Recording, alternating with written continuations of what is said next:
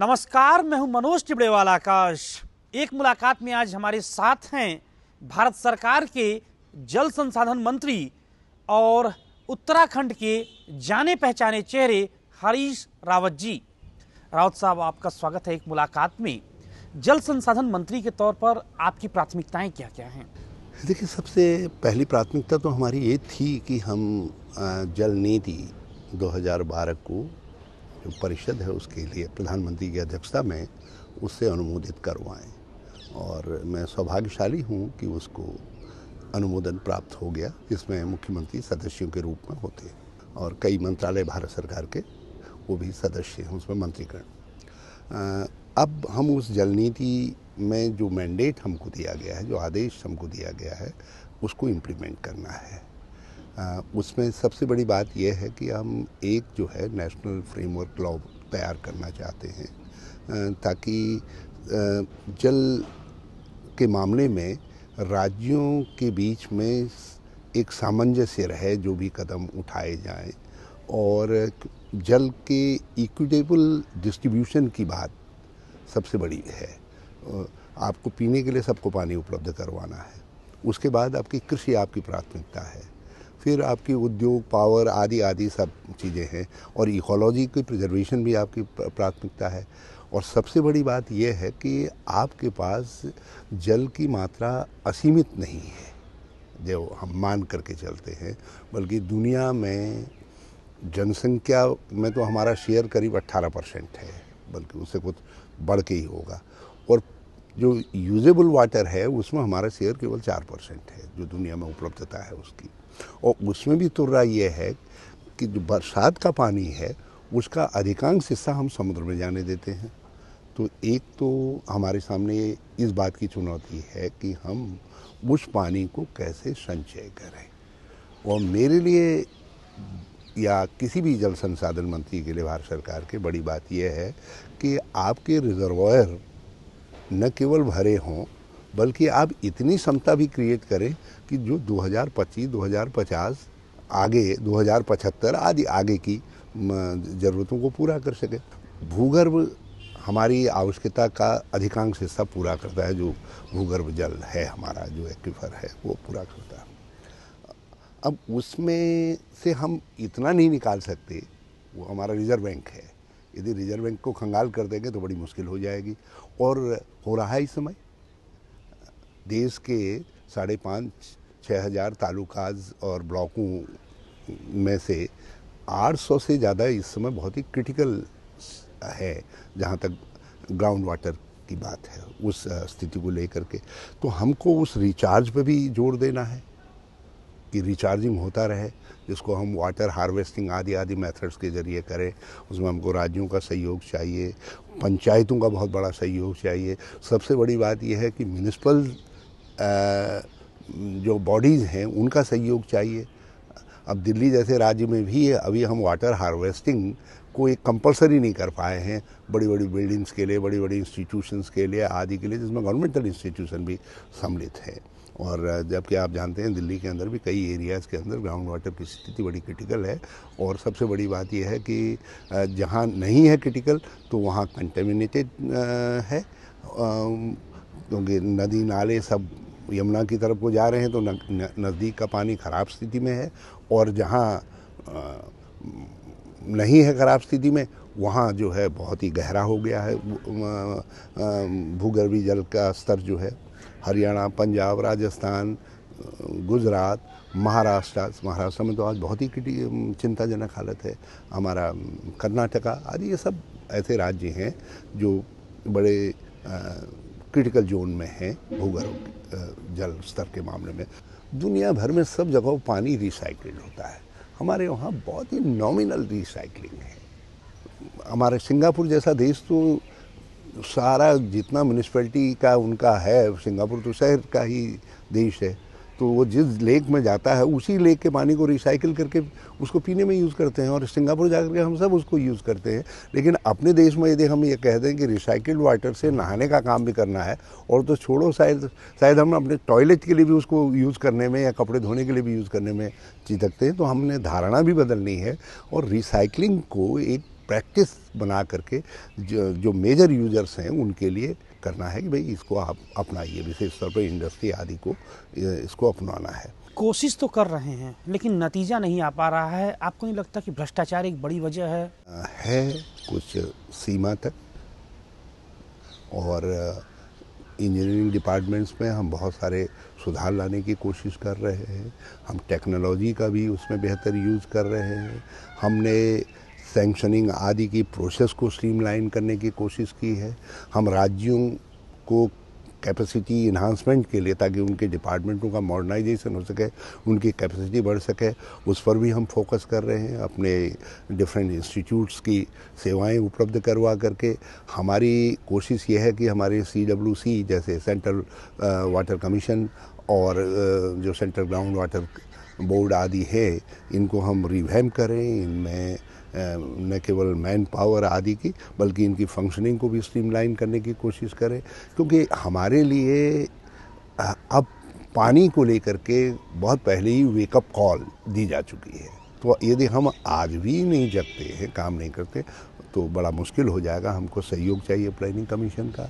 हमको बहुत सारे कंसेप्ट में बदलाव लाने की ज़रूरत है। अब जैसे गंगा यमुना में है, सब उसकी सफाई की बात करते हैं, मगर पानी की बात कोई नहीं करता है। हम कह रहे हैं कि एड्रेस जहाँ से गंगा यमुना का उद्गम हो रहा है, वहाँ पानी के संचय पर जोर दो, वहाँ से ज़्यादा झरने फूटें, उसके लिए आप विज्ञान का उपयोग करिए, उसके लिए संसाधनों का उपयोग करिए। तो बहुत सारी बातें ऐसी हैं जिनको मैं आपके माध्यम से देश के साथ शेयर करना चाहता हूँ। रावत साहब, अक्सर देखने में आता है कि केंद्र का राज्य सरकारों के साथ समन्वय ठीक तरीके से नहीं हो पाता। खास तौर पर मेरा सवाल है, जहां पर कांग्रेसी सरकारें जिन राज्यों में नहीं हैं, तो आपके मंत्रालय की तरफ से क्या पहल होगी कि राज्यों से बेहतर कोऑर्डिनेशन हो? नहीं, हमारा कोऑर्डिनेशन परफेक्ट है। हमारे मंत्रालय का परफेक्ट कोऑर्डिनेशन है। हमारे लिए रूल्स निर्धारित हैं। असल में हम तो ज़्यादा आए बाएँ कर भी नहीं सकते हैं, क्योंकि जल जो है बुनियादी तौर पर राज्यों का विषय है। संविधान ने उनको ये अख्तियार दे रखा है। तो हम तो उनकी कोशिशों को सप्लीमेंट करने वाले मंत्रालय हैं।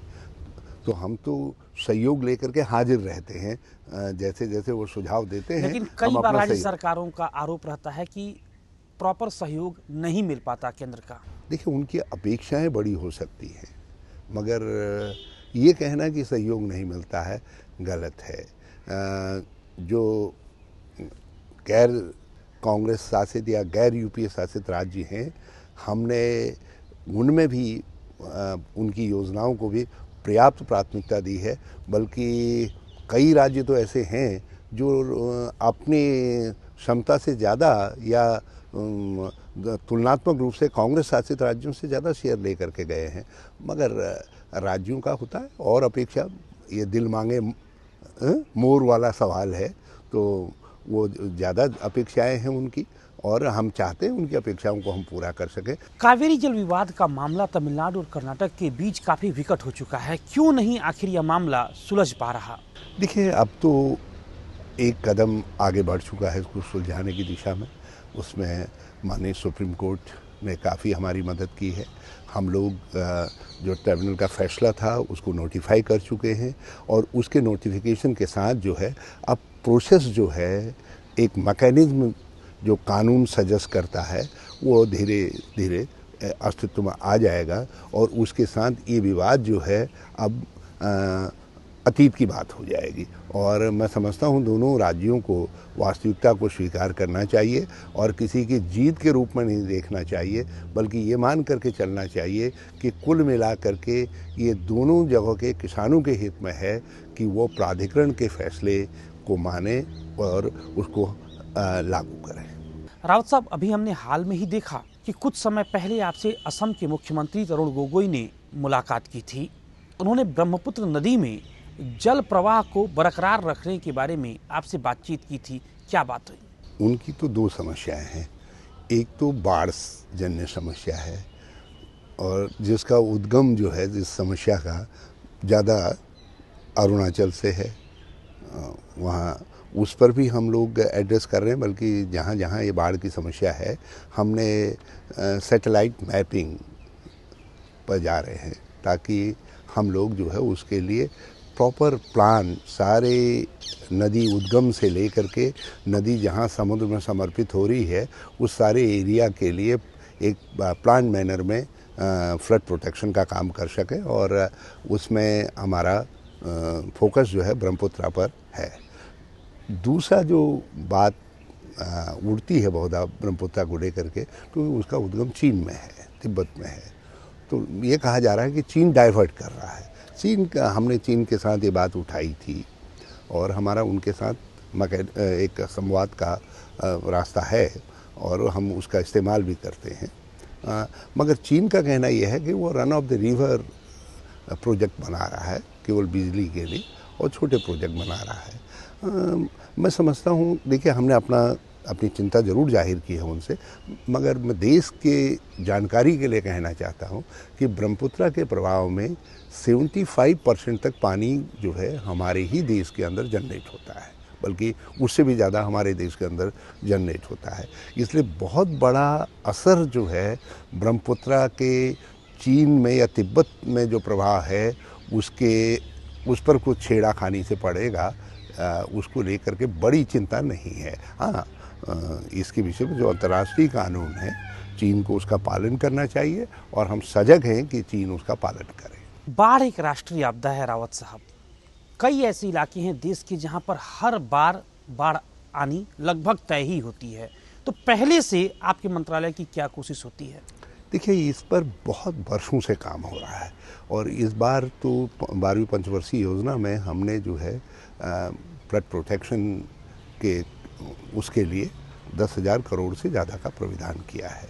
बल्कि हम दोनों तरह के फ्लड जो कोस्टल एरिया के हैं उनमें भी, वहाँ भी इरोजन बहुत है, और जो नदियाँ और विशेष तौर पर जो नेपाल से ओरिजिनेट हो रही हैं या चीन से ओरिजिनेट होकर के आ रही हैं, उन एरियाज़ में फ्लड का ज़्यादा प्रकोप है। वैसे तो महानदी से भी नुकसान हुआ था उड़ीसा का, मगर वो उतना बड़े पैमाने पर नहीं है, यहाँ बड़े पैमाने पर है।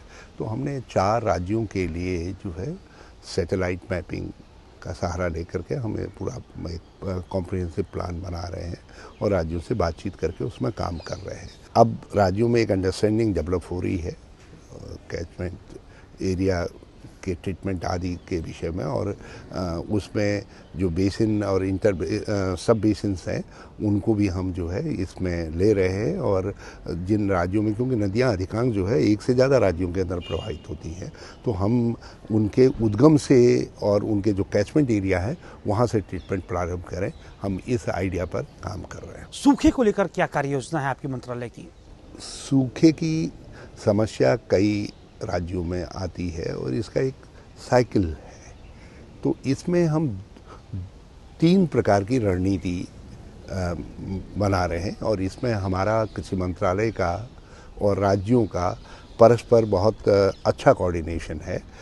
बल्कि अब ग्राम विकास मंत्रालय का भी उसमें हम सहयोग लेते हैं, क्योंकि कुछ योजनाएं ऐसी हैं जो ग्राम विकास मंत्रालय के पास हैं, बल्कि डॉट प्रोन एरिया के विषय में तो अब हमारा जो रेन फ्लड एरिया है उसका काम तो मुख्य तौर पर प्लानिंग कमीशन के पास है।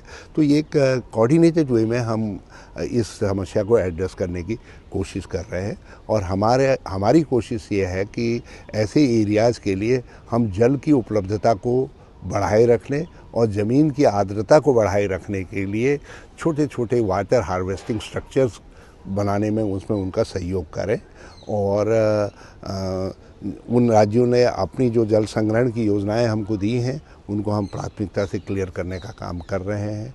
और हमने योजना आयोग से भी, वित्त मंत्रालय से भी प्रार्थना की है कि उन राज्यों के विषय में हमको जो टाइम शेड्यूल है मंजूरी आदि का जो है उसको ज़रा एक्सपीडाइट करने की इजाज़त दें, ताकि हम उन राज्यों की समय पर मदद करने का काम कर सकें। रावत साहब, अंतर्राष्ट्रीय स्तर पर भी कई मामले हैं, जैसे पाकिस्तान के साथ किशन गंगा, बांग्लादेश के साथ तीस्ता नदी जल बंटवारे का, इसको लेकर आपका मंत्रालय क्या कुछ करेगा? देखिए, तीस्ता के मामले में हमारे बातचीत बहुत अग्रिम स्तर पर है। बल्कि अब बांग्लादेश के साथ प्रॉब्लम नहीं है, प्रॉब्लम हमारी आंतरिक है और हम उसको सुलझाने की कोशिश कर रहे हैं। पश्चिम बंगाल की सरकार के जो कंसर्न हैं उनको एड्रेस करने की कोशिश कर रहे हैं, ताकि हमारी जो तिस्ता को लेकर के बांग्लादेश के साथ जो सार्थक पहल हुई है उसको अंजाम दिया जा सके। और बांग्लादेश भी बहुत इच्छुक है कि इन मामलों को सुलझा लिया जाए। पाकिस्तान के साथ ज़रूर ज़रा सा चिंताएँ हैं, मगर हम बहुत इस बात से प्रसन्न हैं कि किशनगंगा में जो हमारी स्टैंड थी, हम पहले से ही कह रहे थे, हमने बगलियार के विषय में भी कहा था और किशनगंगा को लेकर के भी कहा था कि भाई हम जो इंडस ट्रीटी है उसको हम किसी तरीके से वायलेट नहीं कर रहे हैं, हम उसी के फ्रेमवर्क के अंदर काम कर रहे हैं।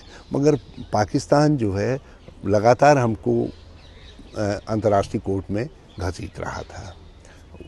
बगलियार के विषय में भी जो हमारी स्टैंड थी उसको इंडोर्स किया गया है।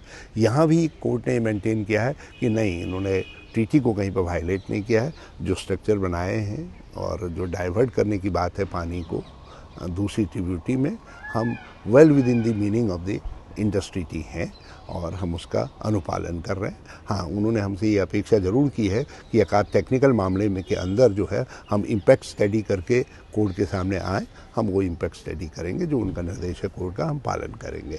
मगर कुल मिला करके अब किशनगंगा प्रोजेक्ट के निर्माण का रास्ता भी प्रशस्त हो। एक और बड़ा महत्वपूर्ण सवाल है, देश में नदियों को परस्पर जोड़ने का मामला, इस मामले पर आप क्या राय रखते हैं? हम मिसेस गांधी इंदिरा जी को धन्यवाद देना चाहते हैं। उनके समय में एक कंसेप्ट डेवलप हुआ था। Doctor KL. राव इस आइडिया के जनक थे और ये लगातार चल रहा था और इसको मोमेंटम देने का काम जो है अटल बिहारी वाजपेयी जी ने किया। मैं उनके दीर्घ जीवन की कामना करता हूँ और उन्होंने इस कंसेप्ट को मोमेंटम देने के बात की और उसको हम डॉक्टर मनमोहन सिंह जी की सरकार में उसको अब धरातल पर उतारने का प्रयास कर रहे हैं। मगर मैंने कहा आपसे कि राज्यों के अपने कंसर्न हैं, इकोलॉजी के अपने कंसर्न हैं, हम इन सब को एड्रेस करते हुए उसको आगे बढ़ाएंगे। और हमारा फोकस जो है अब इंटर स्टेट तो है ही है, हम इंटर स्टेट भी कर रहे हैं। जो छोटी नदियाँ एक ही राज्य के अंदर कुछ एरिया सरप्लस है, कुछ डेफिसिट एरिया है, हम राज्यों से कह रहे हैं महाराज इसी में आइए, कुछ काम इसमें कर लेते हैं। तो हम उन लिंक्स को भी जहाँ ऐसे डेवलप किए जा सकते हैं उनकी स्टडी कर रहे हैं। रावत साहब, हरिद्वार आपका संसदीय क्षेत्र है, यहाँ की तरक्की के लिए क्या कर रहे हैं आप? देखिए, बहुत सारे प्रोजेक्ट भारत सरकार ने मंजूर किए, लेकिन ज़मीन इत्यादि के अभाव में अभी मामले लटके पड़े हैं, उनको कर रहे हैं। कुछ काम हम कर पाए हैं, कुछ काम आगे करेंगे। और हमारे मंत्रालय की तरफ से भी यहाँ से भी हमने आग्रह किया है राज्य सरकार से कि उस प्रस्ताव लाइए भाई, वहाँ छोटे छोटे जो जलाशय हैं उनको हम ठीक कर सकें, एक दो नए जलाशय बना सकें।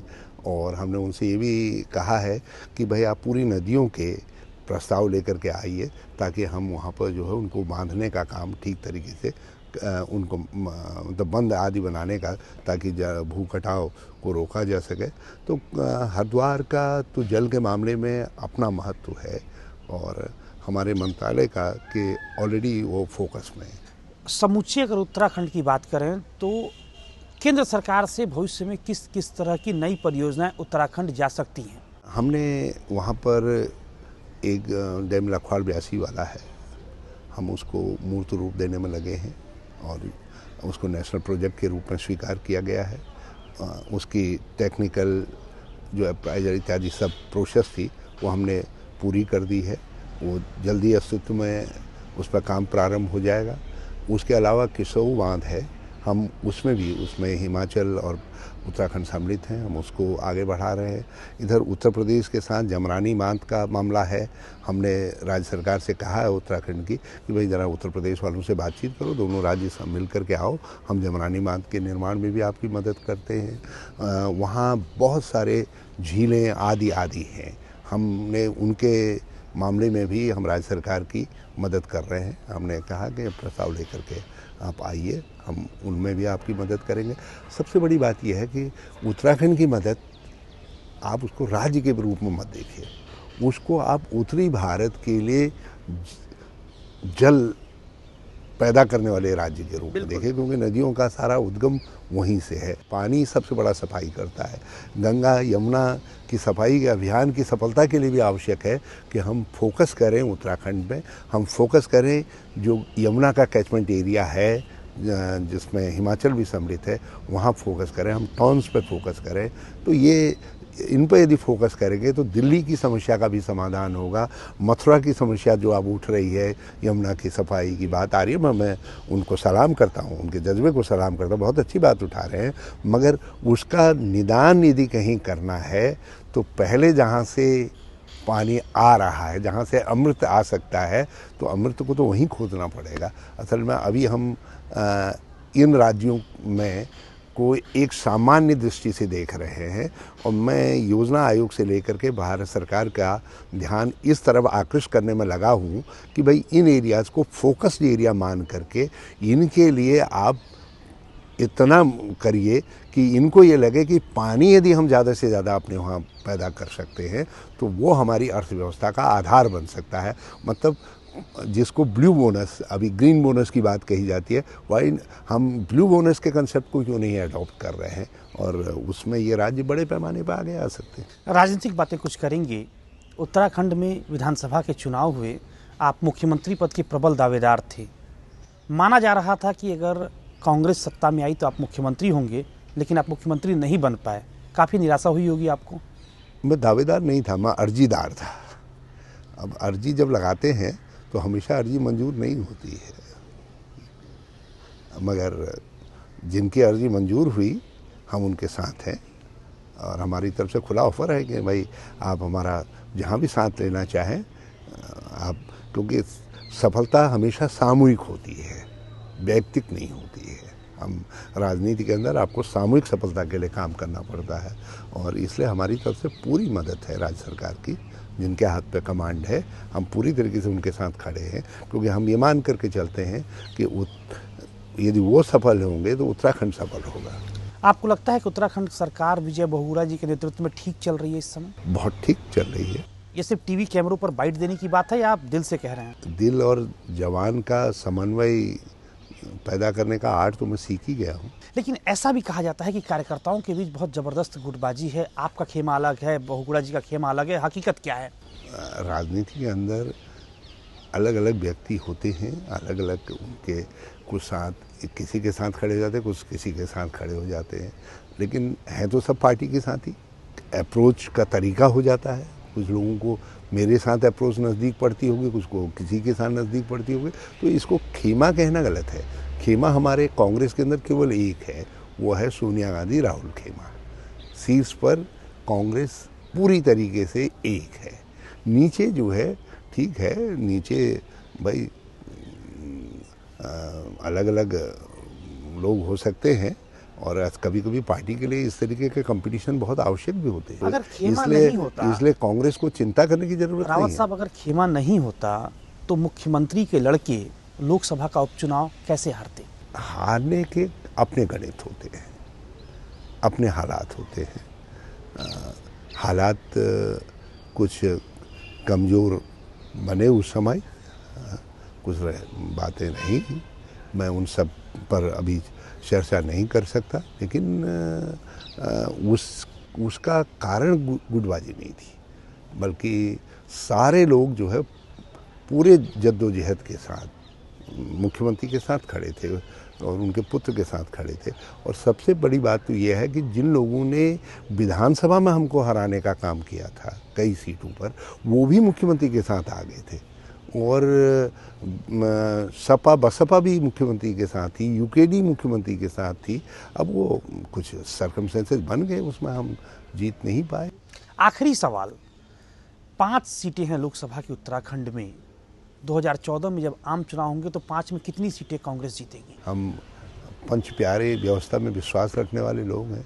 इस विश्वास का कारण क्या है? उत्तराखंड तो पंच तत्व का वो है, तो वो 5 सीटें कांग्रेस को देगा। इस विश्वास का कारण क्या है? इस विश्वास का कारण सबसे बड़ी बात तो यह है कि कांग्रेस शीर्ष पर संगठित है, यूपीए की गवर्नमेंट ने अच्छा काम किया है, और उत्तराखंड के लिए रिकॉर्ड इस सरकार का, सोनिया जी का, मनमोहन सिंह जी का बहुत अच्छा है।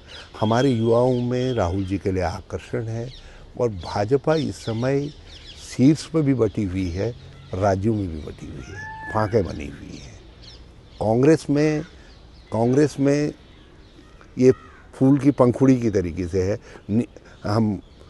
हमारा नेतृत्व एकजुट है और ऊपर हम पंखुड़ियों की तरीके से हर पंखुड़ी खिली हुई है और भाजपा जो है बिल्कुल फांकों में बटी हुई है।